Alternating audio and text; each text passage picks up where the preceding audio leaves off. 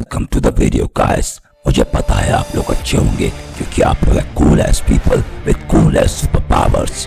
तो आज मैं बात करने जा रहा हूँ एक ऐसे एनिमे के बारे में जिसे जानने के बाद आपका टेस्टोस्टेरोन टू द मून पहुंच जाएगा। हम बात करने जा रहे हैं काइजू नंबर 8 के बारे में, द बेस्ट एनिमे सो फार। तो दिल थाम लीजिए क्योंकि कुछ ही देर में शुरू होने जा रहा है काइजू नंबर 8 का एक्सप्लेनेशन। और दोस्तों, तो एपिसोड की शुरुआत होती है, लोग भाग रहे हैं, पैनिक कर रहे हैं। ऐसा लग रहा है जैसे जापान और कोरिया का पार्टीशन हो रहा है। वैसे फॉर द इन्फो सेक में बता दूं, मुझे पता है दोनों अलग अलग है, लेकिन तब भी जोक मारने के लिए मैंने बोल दिया। एनीवेज, तो लोग भाग रहे हैं, पैनिक कर रहे हैं, लेकिन चिंता की कोई बात नहीं क्योंकि पार्टीशन नहीं हो रहा। बस एक बड़ी सी छिपकली जिसका आकार एक स्काईस्क्रेपर जितना है और जिसका फेवरेट खाना इंसान है, ने हमला कर दिया है शहर पे और उसे रोकने जा रहे हैं। गैस कौन? Military. Bro shake my head. मैंने आपको कितनी बार बताया है कि अगर आपके पास सुपर पावर्स ना हो या आप मेन कैरेक्टर ना हो तो आप मॉन्स्टर से लड़ने ना जाए, क्योंकि अगर वो जाएंगे तो आपका बन जाएगा भरता। और ठीक वही हुआ। ये छिपकली मिलिट्री का मक्खी कबाब बना के खा गई और इसके बाद लोग बात कर रहे हैं, अरे यार मीना, तूने सुना क्या? वो छिपकली तो मिलिट्री का मक्खी कबाब बना के खा गई।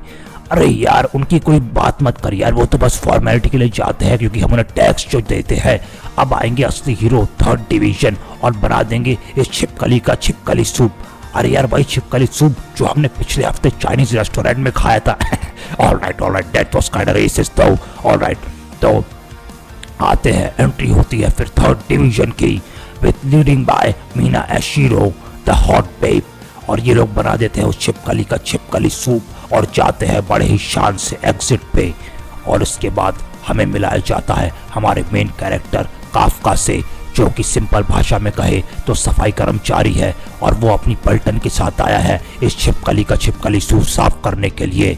तो भाई, ये लोग ऐसे हैं कि इनसे हमेशा छिपकली की बांस आती रहती है। ये लोग 10-12 एक्स का डिओड्रेंट लगाते हैं, लेकिन तब भी इनसे बदबू जाती नहीं, कोई लड़की इनके पास आती नहीं। ऑलराइट, तो लाइफ सक्सेस। इसके बाद जाता है, मन मार के काम करता है और इसके बाद छुट्टी होने पे आता है अपने घर और बेड पे लेटा हुआ रोता रोता कंप्लेन करता है, यार अरे यार, मीना और मैं तो बचपन के दोस्त थे। हमने और मैंने तो वादा भी किया था कि हम बड़े होकर शादी करेंगे, भले ही मैं सफाई कर्मचारी बन जाऊं और वो बन जाए एक हीरोइन, लेकिन वो मुझे भूल गई। और मैंने तो अब सुना उसका बॉयफ्रेंड भी है। और इस सदमे में आके लौंडा बेहोश हो जाता है और अगले दिन होश में आने के बाद दोबारा अपनी सकैस जॉब पे जाता है। और इस बार उसके दोस्त से बताते हैं, अरे यार काफका देख, एक नया लड़का रेनो आया है और ये भी तेरी तरह 3rd डिवीजन में जाना चाहता है। और रेनो कहता है, अरे यार, मुझे इस छिपकली की बांस वाले से कंपेयर मत करो, मैं बस 5 बार 10वीं फेल हूँ और इस बार तो मैं 3rd डिवीजन में पक्का जाऊंगा। काफका बोलता है, कोई बात नहीं, जवान है, अभी इसे समझ नहीं है, इसे पता नहीं है 10वीं पास करना कितना मुश्किल है। ऑलराइट, इसके बाद शाम को जाते हैं ये लोग ड्यूटी पे और इन्हें काम मिलता है इंटेस्टाइन साफ करने का एक मॉन्स्टर की। और जिन्होंने बायोलॉजी नहीं पढ़ी तो उन्हें बता दूं कि मैंने बायोलॉजी तन मन धन लगा के पढ़ी है, specially the reproductive organ chapter को। तो इंटेस्टाइन में जमा होती है सुसु और पॉटी, तो इन्हें काम मिलता है इंटेस्टाइन से सुसु पॉटी साफ करने का। और काफका मन मार के काम करते कहता है, ले मैं स्निकर्स हर बार मुझसे सुसु पॉटी साफ कराते हैं यार, कितनी बदबू आती है, हर बार छिपकली की बदबू मारता रहता हूँ मैं यार, ले मैं स्निकर्स है यार bro, shake my head FML bro. तो किसी तरह मन मार के ये लोग पॉटी साफ करते हैं और इसके बाद जाते हैं घर। लेकिन घर जाने के पहले काफका को थोड़ा कोक करने की आदत है। तो वो रेनो कहता है, अरे यार रेनो देख, जो काम हम करते हैं वो बहुत ज़रूरी है, सोसाइटी के लिए ज़रूरी है। हम ये छिपकली की बदबू अपने ऊपर लेते हैं ताकि हमारी वाइफ उस बदबू से सुरक्षित रहे और उससे हमारे जैसे वीप्स सूंघ कर मजे लेते रहे। Alright, that was kind of freaky, but आप समझ गए। तो रेनो कहता है, अरे यार, तू जिंदगी भर बस छिपकली की सूप साफ करता रहेगा, तू रहने दे। इतने में वहां से एक आ जाता है एक मॉन्स्टर और वो कर देता है रेनो पे हमला। लेकिन काफका के अंदर का सनी देओल जाग जाता है और वो काफका को धक्का देता है, कहता है, भाग काफका भाग, मैं तुझे बचा लूंगा। और दोनों ऐसे भागते हैं जैसे कुंभ के मेले में बिछड़े हुए भाई एक दूसरे के अपोजिट भागते हैं।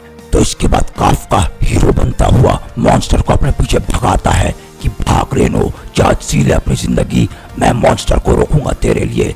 लेकिन अनफॉर्चुनेटली मॉन्स्टर्स बहुत तेज भागते हैं और वो पकड़ लेता है काफका को, और काफका को आने लगते हैं फ्लैशबैक कि अरे यार मैं तो सिंगल ही हूँ, मेरी तो शादी भी नहीं हुई और मैं मरने वाला हूँ। काश जिंदगी में एक बार, बस एक बार मीना को किस करने का मौका मिलता। लेकिन अब क्या फायदा, अब सारी पप्पी छप्पी तो ये मॉन्स्टर ही लेगा। इतने में आ जाता है रेनो और मार देता है मॉन्स्टर को डंडा कि भैया आप क्या कर रहे हो, आप इतने जल्दी जीने की उम्मीद नहीं छोड़ सकते। मीना अब भी आपकी हो सकती है। मैंने सुना है पिछले हफ्ते ही उसका उसके बॉयफ्रेंड के साथ ब्रेकअप हुआ है। फिर भले ही आपसे छिपकली की बात क्यों ना आती हो, आप उसके पति बन सकते हो। इतना ही सुन के काफका के अंदर आ जाता है सनी देओल। ओए मैं जीऊंगा, मीना से शादी करूंगा, मैं एक क्रिकेट टीम बनाऊंगा, मैं हूँ दुनिया का डैडी, मॉन्स्टर को पेल दूंगा मैं। ओ ब्रो ले मैस्टिंगर्स फिर खड़े हो जाते मॉन्स्टर से लड़ने के लिए। लेकिन ये मरने ही वाले होते क्योंकि इनके पास कोई पावर्स अब तक तो नहीं है। लेकिन आ जाती है मीना और बजा देती है इस मॉन्स्टर का गेम।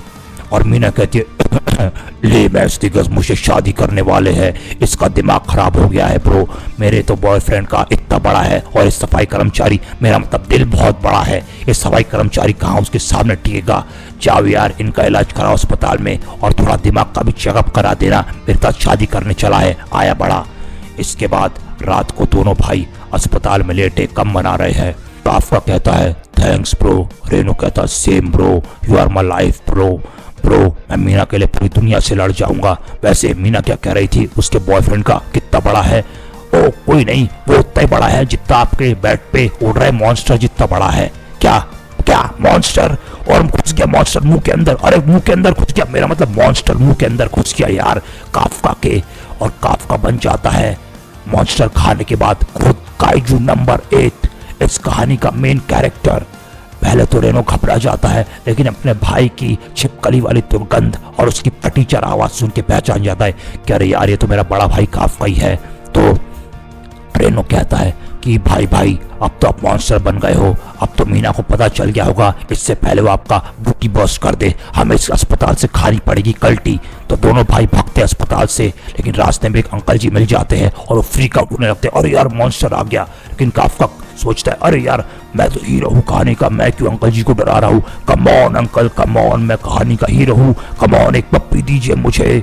और अंकल जी इतना सुनते बहुत खुश हो जाते हैं, लेकिन थोड़ी खुशी का सदमा इन्हें लग जाता है और ये थोड़ा कट लेते हैं। तो रेनो कहता है चलो भागो यार, नहीं तो अंकल के मर्डर का चार्ज भी आप पे आ जाएगा। तो दोनों भाई भागते हैं अस्पताल से और इतने में पूरे देश में खबर टेलीकास्ट होने लगती है कि एक मॉन्स्टर जो कि 2 पैरों पे चलता है और जिससे छिपकली की बात आ रही है वो अस्पताल से भाग गया है। तो मीना कहती है अब तो उसका गेम बजाना पड़ेगा लॉन्डो, तो चलो gear up, set your boot on fire and let's kill this dude monster bro.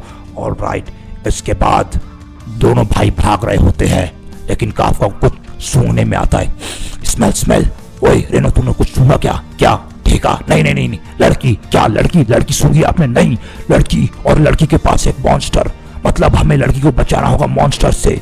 तो चल ब्रो, हीरो बनने का टाइम आ गया। तो इसके बाद सीन शिफ्ट होता है चिंकी की तरफ। तो चिंकी रो रही है, कोई मेरी मम्मी को बचा लो, कोई मेरी मम्मी को बचा लो।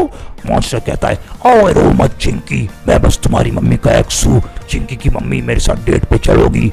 तो इसके बाद आ जाता है काफका शेट्टी और कहता है चिंकी की मम्मी किसी और की हो जाए ऐसा मैं होने दूंगा नहीं, और चिंकी की मम्मी तेरी हो जाए ऐसा हो नहीं सकता। ये ले 2.5 किलो का हाथ कन्ने मॉन्स्टर, और मॉन्स्टर का एक ही बार में बचा देता है बैंड। तो इसके बाद काफका जाता है चिंकी के पास और उससे कहता है डरो मत चिंकी, तुम और तुम्हारी मम्मी अब सेफ है, मैंने मॉन्स्टर का गेम बचा दिया है। तो चिंकी कहती है थैंक्स अंकल, लेकिन अब मेरा क्या? तो काफका कहता है वो कोई नहीं बेटा, हम तुम्हारी मम्मी को अस्पताल ले जाते हैं और तुम्हें बचाने साइड कैरेक्टर थोड़ी देर में आने वाले हैं, तो तुम यहीं पे वेट करो। तो चिंकी कहती है ओके अंकल। इसके बाद आ जाती है मीना और 3rd डिवीजन और वो चिंकी से पूछते हैं कि बेटा तुम्हारी मम्मी कहाँ है? तो चिंकी कहती है कि एक छिपकली की बास मारने वाले अंकल जो कि 2 पैरों पर चलते हैं वो मेरी मम्मी को अस्पताल ले गए, और वो ये भी कह के गए कि कुछ साइड कैरेक्टर आएंगे मुझे बचाने के लिए।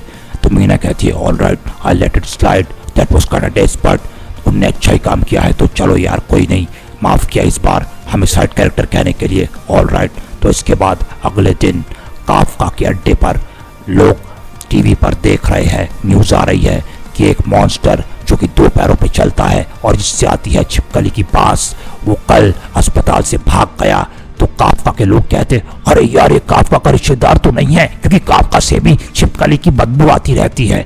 तो रेनू कहता है, अरे नहीं नहीं नहीं, आप लोग क्या कह रहे हैं, आप लोग क्या कह रहे हैं, पूरा रॉन्ग है ये ब्रो। देखो बात ऐसी है कि काफका से छिपकली की बदबू आती है तो उस छिपकली की 4 टांगे हैं, लेकिन ये मॉन्स्टर से जिस छिपकली की बदबू आती है उसकी 5 टांगे हैं। आई होप तुम लोग समझ रहे हो मैं क्या कह रहा हूँ। तो लोग कहते, हाँ हाँ ब्रो, हम समझ गए, काफका का रिश्तेदार नहीं है ये बिल्कुल भी काफका हो ही नहीं सकता ब्रो, हम समझ गए। और राइट, इसके बाद चिल आउट करते हैं लोग। तो इसके बाद आता है पोस्टमैन लेके एक पोस्ट फॉर द रेनो। ओ ये ले लौंडे, खुशी मना, तू 10वीं आखिरकार 5 साल बाद पास हो गया, अब तू भी 3rd डिवीजन ज्वाइन कर सकता है। तो इतना सुन के रेनो का दिमाग खराब हो जाता है, खुशी के मारे फटने पड़ता है लौंडा। अरे यार 5 साल बाद मैं 10वीं का पास हो ही गया आखिरकार, अब मैं 3rd डिवीजन ज्वाइन कर सकता हूँ। अब ये बात मैं बताऊंगा अपने बड़े भाई काफका को। तो भागता हुआ जाता है पागलों की तरह, भाई मैं 10वीं पास हो गया।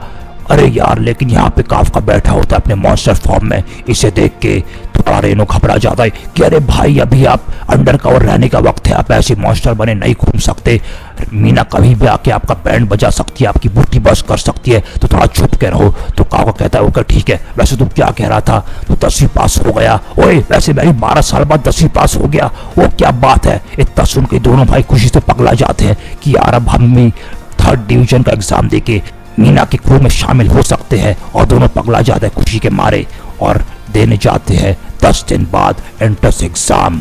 तो एंट्रेंस एग्जाम में मिलती है इन्हें पापा की परी, जिसका असली नाम है किकोरो, लेकिन फॉर द टाइम से हम इसे पापा की परी बुलाएंगे। तो ये लोग एक स्पॉट पे पार्क करते हैं, लेकिन पापा की परी आती है और कहती है कि तुम्हारी हिम्मत कैसी हुई इस स्पॉट पे पार्क करने की, मैं पापा की परी हूँ, मैं अपने घर पे जहाँ मेरा मन होता है अपनी गाड़ी पार्क करती हूँ, तो अपनी गाड़ी हटाओ। लेकिन काफका कहता है कि यार ये तेरा घर तो नहीं है। ओए पापा की परी से जबान लड़ाता है, ये ले तेरी कार फेंक दी, ले अब। तो इतना देख कर ही दोनों की फट जाती है कि यार पापा की परी में तो बहुत दम है। तो दोनों मेम साहब से माफी मांगते, मेम साहब माफ करो, हमें जाने दो। ओ ठीक है, अगली बार ध्यान रखना, पापा की परी से जीतना मुश्किल नहीं नामुमकिन है।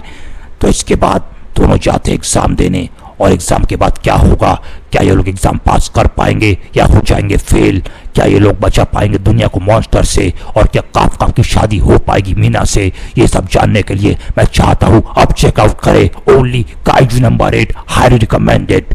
तो इसके साथ वीडियो को मैं करता हूँ दी एंड। आप खुश रहे, सलामत रहे और आपकी सुपर पावर्स और भी ज्यादा बढ़ती रहे। तो अलविदा दोस्तों, मिलेंगे अगले वीडियो में।